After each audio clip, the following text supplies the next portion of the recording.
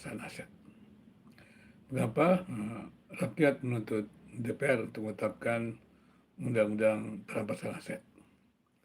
Memang sudah banyak para petinggi pejabat publik yang mengatakan akan menjadi pemimpin yang bersih dan kalau melakukan korupsi rela dihukum mati.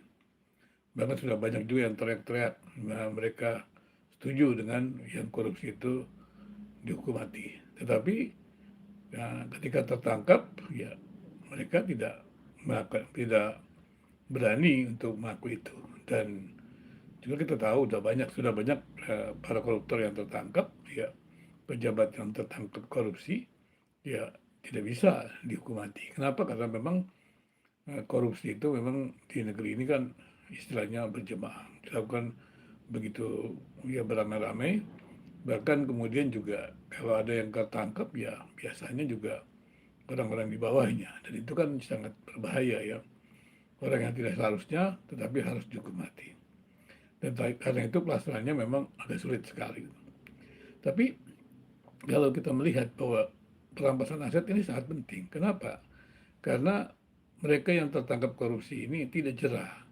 Bahkan mereka bisa menciptakan hotel-hotel mewah di penjara. Ya karena mereka masih mempunyai ya, harta yang begitu banyak.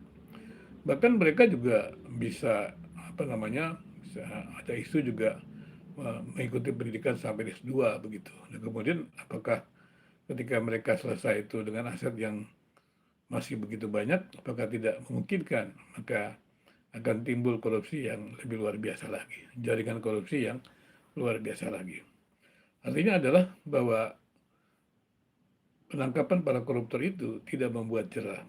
Bahkan terlalu banyak ya pejabat publik yang tertangkap juga tidak membuat mereka jerah. Kenapa? Sekali lagi karena ya itu tadi bahwa hukuman yang diterimanya sangat ringan dan kemudian juga aset mereka masih sangat banyak gitu.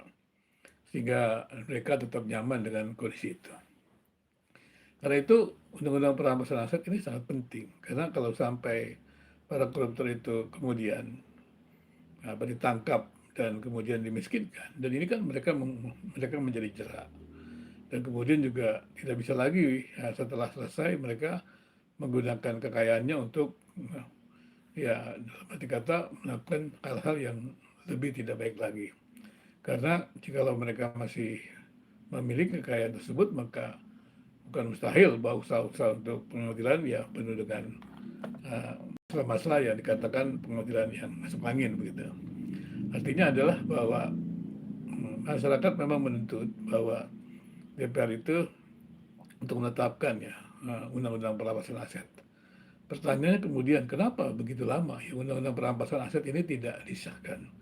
Padahal kan kita tahu bahwa di berbagai negara juga dan banyak penelitian membuktikan bahwa undang-undang perampasan aset ini bagus ya, karena ketika para koruptor itu kemudian asetnya dirampas, berarti kan bisa dikembalikan ke negara.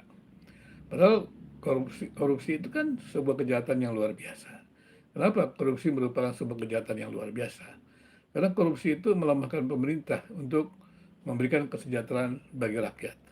Maka ketika para koruptor itu ditangkap, kalau asetnya tidak diambil, maka tetap saja pemerintah lemah dan tidak bisa menggunakan kekayaan yang harusnya diberikan atau diusahakan untuk kesejahteraan masyarakat itu. Tapi tetap dikuasai oleh para koruptor. Tapi sebaliknya, kalau aset para koruptor itu dirampas dan dikembalikan ke negara, tentunya dengan pengawasan yang serius, itu akan membuat pemerintah kuat untuk memberikan kesejahteraan kepada masyarakat. Ya, kita juga memahami bahwa pemerintah perlu dukungan yang kuat ya dari masyarakat juga dan untuk bisa mensejahterakan masyarakat. Dan saya pikir dorongan masyarakat itu merupakan dukungan yang penting. Jadi di sini eksekutif ya pemerintah mesti menyadari ya